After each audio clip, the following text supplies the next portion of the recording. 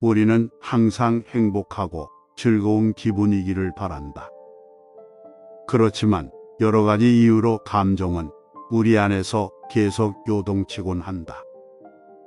발목을 붙잡힌 듯 항상 불안에 떨게 하는 기억, 스트레스 받고 화를 낼 수밖에 없게 만드는 상황들, 뜻대로 풀리지 않는 인간관계, 그것들을 감내하며 나 스스로가 나에게 준 상처까지. 감정은 이런 순간순간을 겪으며 오르락내리락한다. 이러한 우리의 기분을 파도로 표현한다. 거세게 밀려들었다가도 금세 다시 잔잔해지기를 반복하기 때문이다. 그래서 우리는 마음을 조금 멀리서 바라보아야 할 필요가 있다고 말한다.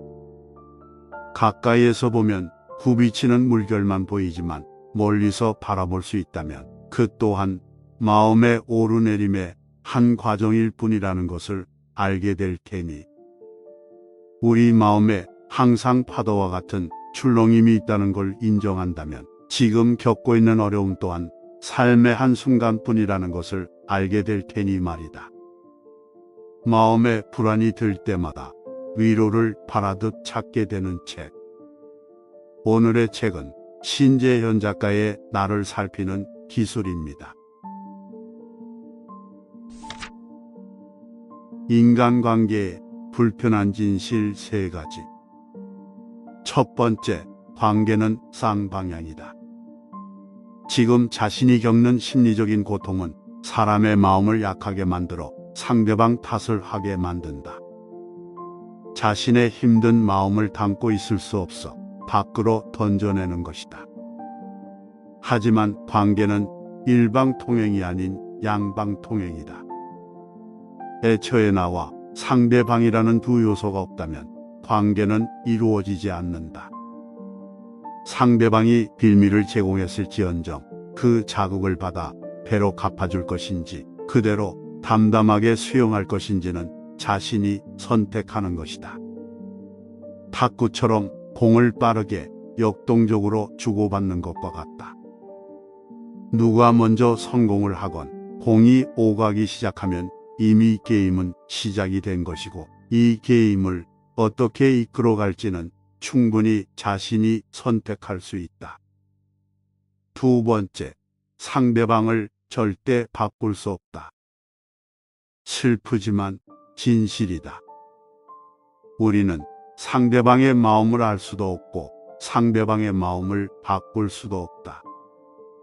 하지만 우리가 말다툼을 할 때는 우리가 독심술이라도 쓰고 있는 양 상대방의 의도를 곡해한다. 그리고는 상대방의 마음을 바꾸려 부단히 애쓴다. 달콤한 가문이설을 하기도 하고 이성을 앞세워 설득을 하기도 하며 화를 내며 위협하고 협박하기도 한다. 결과는 어떠한가? 절대로 사람의 마음이 바뀌지는 않는다. 오히려 상대방의 마음을 바꾸려 하는 과정에서 불꽃이 튀어오르는 전쟁터로 바뀌는 경우가 허다하다.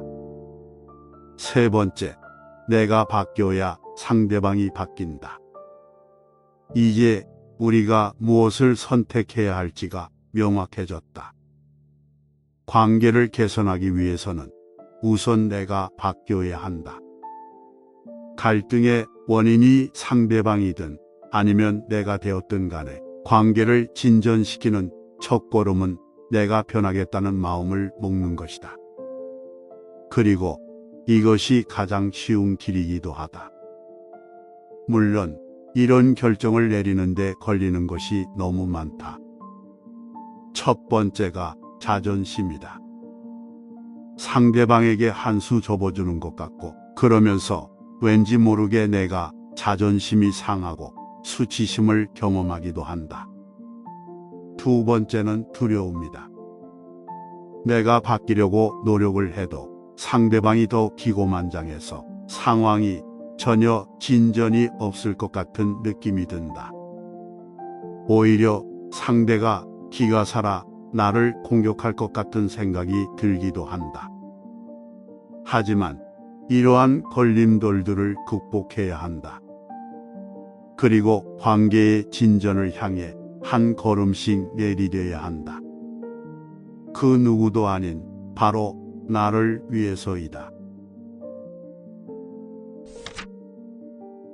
나도 모르게 행하는 독심술, 관계를 망친다. 독심술, 말 그대로 상대의 마음을 읽는 기술이라는 말이다. 독심술은 우리가 흔히 범하는 생각의 오류 중 하나이다. 사실 우리가 상대의 마음을 추측할 뿐이지 실제로 읽을 수 있는 것은 아니다. 그러므로 우리가 일상생활에서 시시때때로 행하는 독심술은 상대와의 불협화음을 불러일으키기 쉽다. 독심술은 관계를 깨트린다. 손뼉도 마주쳐야 소리가 난다. 상대의 의중을 지레 짐작하여 대처한다면 두 사람의 관계는 엇박자가 날 뿐이다. 또한 상대가 나에게 부정적인 마음을 품고 있다 느낀다면 분노가 일어난다. 사실에 기반을 둔 설전이 아닌 감정적인 싸움이 일어날 수 있다. 반대의 경우도 마찬가지다. 상대방의 입장에서 자신의 생각이나 감정이 오해받는 것은 썩 유쾌한 경험은 아니다. 이 또한 감정을 자극하기 마련이다. 특히 오래 보아온 가까운 관계, 이를테면 가족, 친지, 친한 친구, 오래된 연인에서는 독심술의 오류가 더욱 잘 나타난다. 내가 상대방을 너무 잘 알고 있다 생각하기 때문이다. 하지만 평생을 해로한 노부부도 상대의 의중을 다 알아챌 수는 없는 법이다. 독심술, 실은 내 마음이 반영된 것. 독심술이 오류일 수밖에 없는 또 한 가지 이유가 있다. 바로 상대의 마음이라 짐작했던 내용들이 실은 자신의 마음의 반영일 수 있다는 것이다. 정신분석 이론에서는 이를 투사라 한다.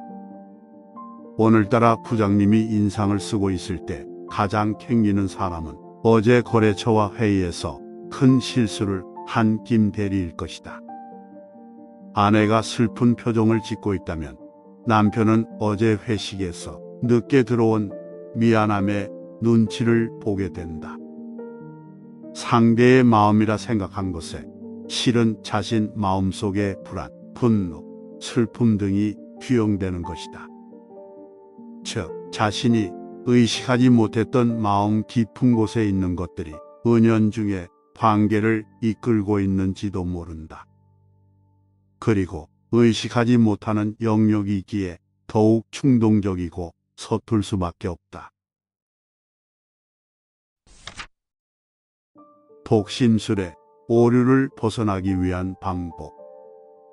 우리는 짐작하는 상대의 마음이 맞냐 틀리냐를 떠나 상대의 마음을 미리 짐작하고 예단할 때의 부작용을 생각해 볼 필요가 있지 않을까.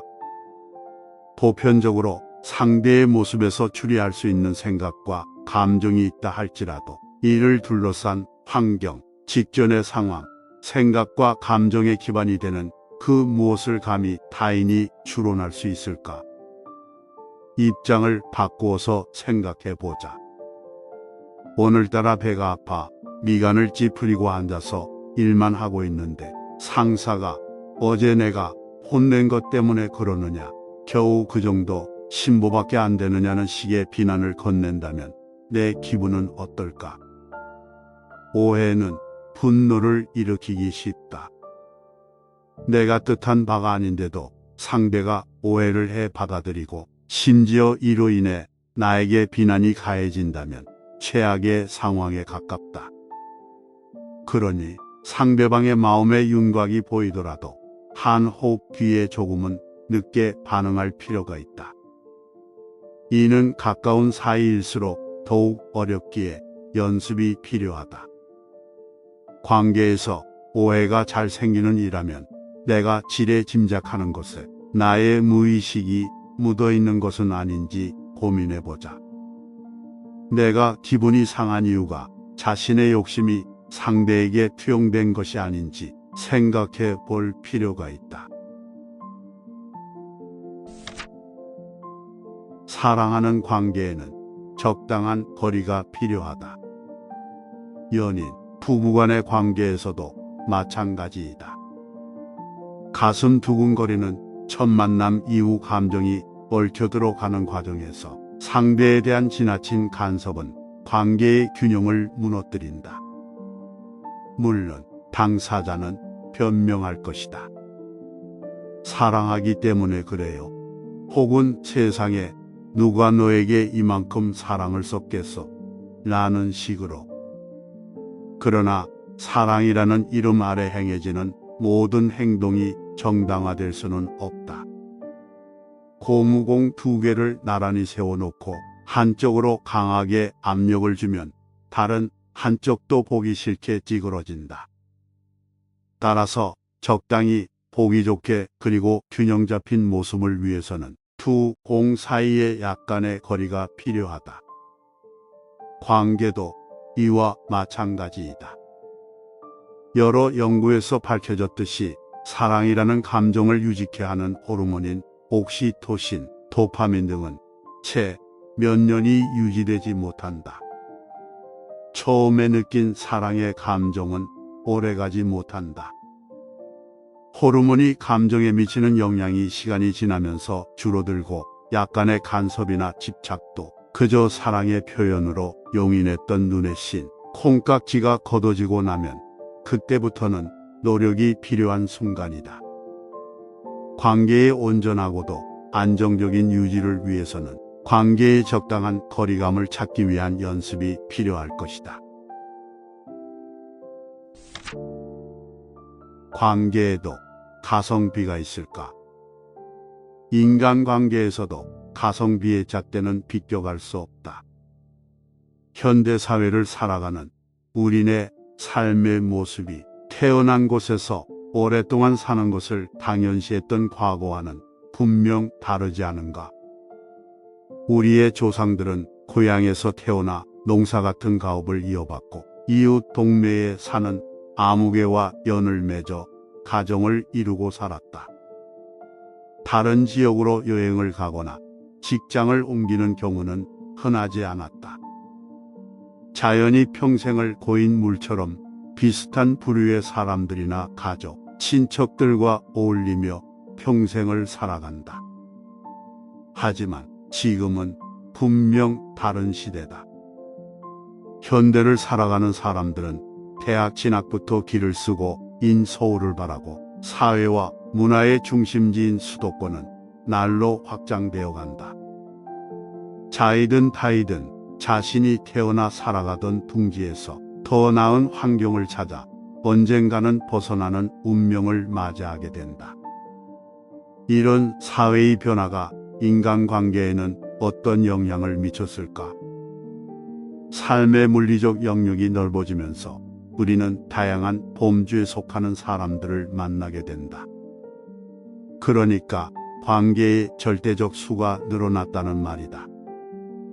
과거처럼 동네에서 자주 마주치는 이들에게 정겹게 인사를 건네고 안부를 묻고 그러다 보니 은밀한 속사정도 말하고 결국 옆집의 수조 개수마저도 알게 되는 일이 이제는 없다. 관계의 절대수가 많아지게 되면서 관계에서 효율을 따지기 시작했다. 이 사람과의 관계가 나에게 도움이 될 것인지, 도움이 된다면 얼마만큼 노력을 투입해야 이 사람과 오랫동안 비슷한 결의 관계를 유지하게 될 것인지 자신도 모르게 계산적이 된다.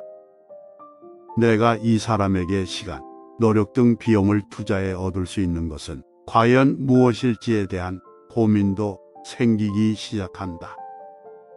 관계에서도 가성비를 따지기 시작하는 것이다.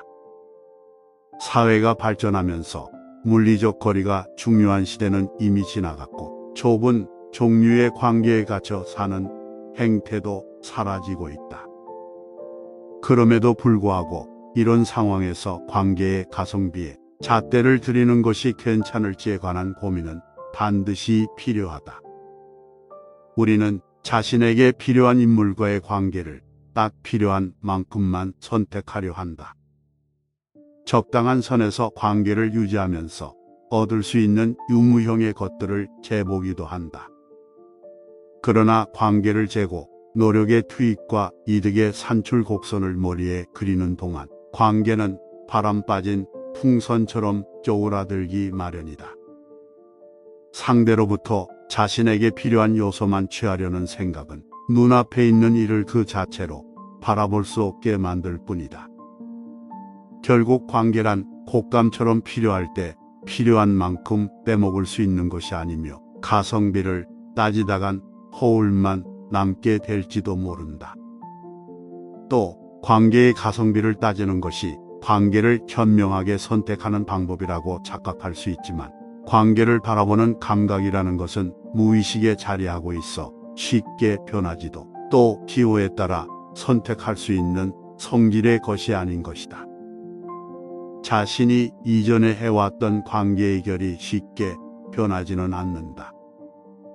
사소한 물건을 구매할 때도 우리는 웹쇼핑을 하며 수많은 후기와 가격대를 비교하거나 직접 발품을 팔아가며 시간과 노력을 들인다. 가격에 비해 꽤 괜찮은 것을 구하는 일이 그리 녹록지는 않다. 그리고 비싼 제품일수록 이런 경향이 더 많아진다.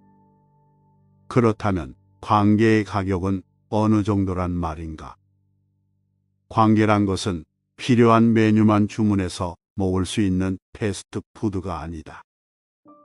오히려 시간을 두고 약불에 뭉근하게 오랜 시간 우려내야 하는 곰탕에 비유할 수 있겠다. 관계의 효율, 이득을 따지기 전에 내 눈앞에 있는 이와의 관계에 온전히 집중하자.